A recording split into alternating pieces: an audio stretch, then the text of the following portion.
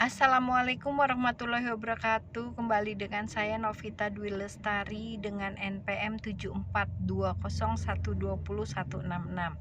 Hari ini saya mencoba untuk mereview mata kuliah Hukum Pidana di pertemuan ke-10 dengan dosen Ibu Profesor Dr. Hajah Heni Nuraini SHMH dengan asisten dosennya Bapak Dr. M. Redni Aridayandi SHMH. Di pertemuan ke-10 ini saya akan mencoba untuk dengan judul ajaran kesalahan atau pertanggungjawaban pidana. Apabila kita berbicara kesalahan, maka kesalahan itu adalah unsur subjektif. Berbeda dengan kasualitas dan melawan hukum merupakan unsur objektif. Kenapa disebut unsur subjektif?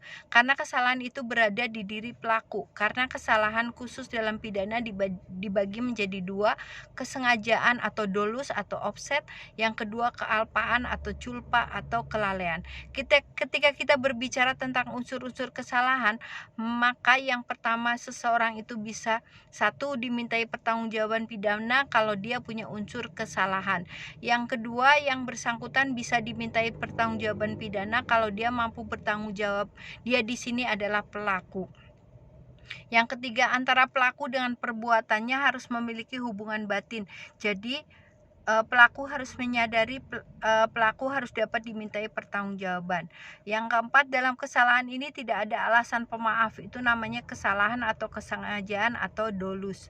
Di dalam KUHP tidak ditemukan pengertian atau definisinya secara khusus, tetapi kalau dilihat dari memori penjelasan KUHP, maka ditemukan bahwa kesengajaan itu batasnya bahasa Belandanya adalah welen onwitten, yaitu pelaku menghendaki dan mengetahui dan menghendaki akan sesuatu perbuatan dan mengetahui akibatnya. Oleh karena itu, ketika kita melihat unsur kesengajaan, maka kita melihat ada dua teori. Satu, Wills teori atau teori kehendak. Artinya pelaku harus mempunyai kehendak ketika dia melakukan suatu perbuatan supaya dia masuk dalam unsur kesengajaan. Maka pelaku harus mempunyai kehendak. Kalau berbicara kehendak, maka di situ ada unsur kesadaran.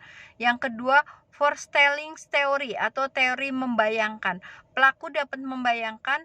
Jadi kalau dia melakukan suatu perbuatan di pidana, maka pelaku harus bisa membayangkan apa akibat yang akan timbul. Ini teori dalam praktek. Kedua teori ini memiliki dampak yang sama dan akibat yang sama. Jadi kalau dia melakukan perbuatan itu dengan sengaja, maka dia menghendaki perbuatan itu dan pelaku membayangkan akibat atau dampak dari satu perbuatan. Teori macam-macam kesengajaan ada tiga. Satu, sengaja dengan maksud atau sengaja dengan tujuan, bahasa Belanda opzet offer atau dolus delictus, yaitu sengaja dengan maksud atau tujuan untuk mencapai suatu tujuan. Dua, teori kesengajaan dengan sadar kepastian atau teori kesengajaan dengan sadar keharusan, bahasa Belandanya opzet omer. Terhadap hal ini ada dua akibat. Satu, maka dalam hal ini pelaku menghendaki akibat yang dituju. Kesengajaan dengan segala kemungkinan atau dengan cara bersyarat.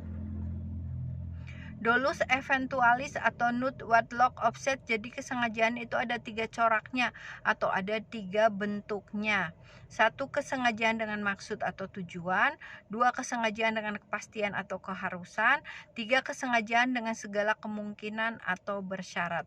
Ada teori yang namanya apa boleh buat. Teori ini seperti teori main-main.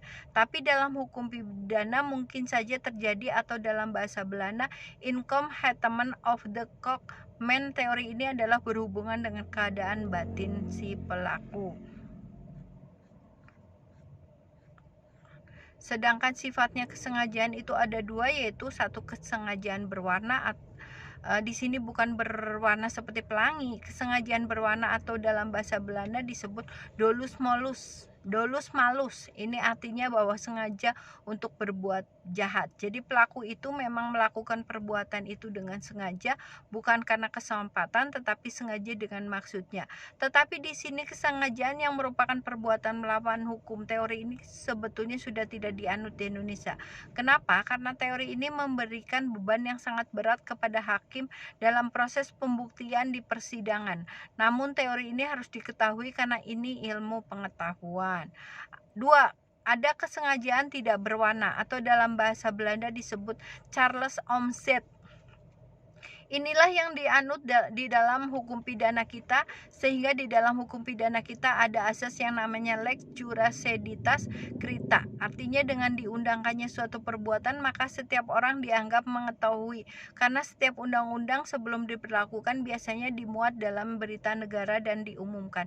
Jadi ketika ada satu perbuatan pidana yang sudah diundangkan atau satu perbuatan yang sudah diatur di dalam undang-undang, khususnya dalam undang-undang hukum pidana, maka tidak ada lagi orang yang mau mengelak. Seperti saya tidak tahu bahwa perbuatan itu melawan hukum. Inilah teori yang dianut oleh hukum pidana di Indonesia. Pembagian jenis-jenis kesengajaan. Yang satu, dolus determinatus, kesengajaan yang ditujukan pada objek tertentu. Misalnya kalau A mau membunuh B, maka A sengaja membunuh B. Ini namanya dolus determinatus. Dolus indeterminatus, sengaja yang ditujukan tidak pada objek tertentu melainkan pada sembarang orang.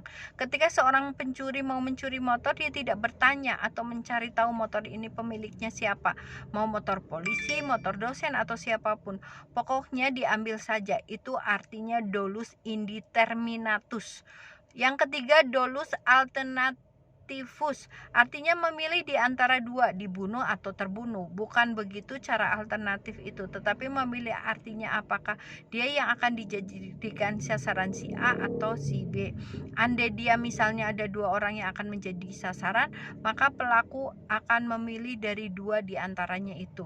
4. Dolus generalis, ditujukan pada delik yang umum dan yang umum atau tindak pidana umum.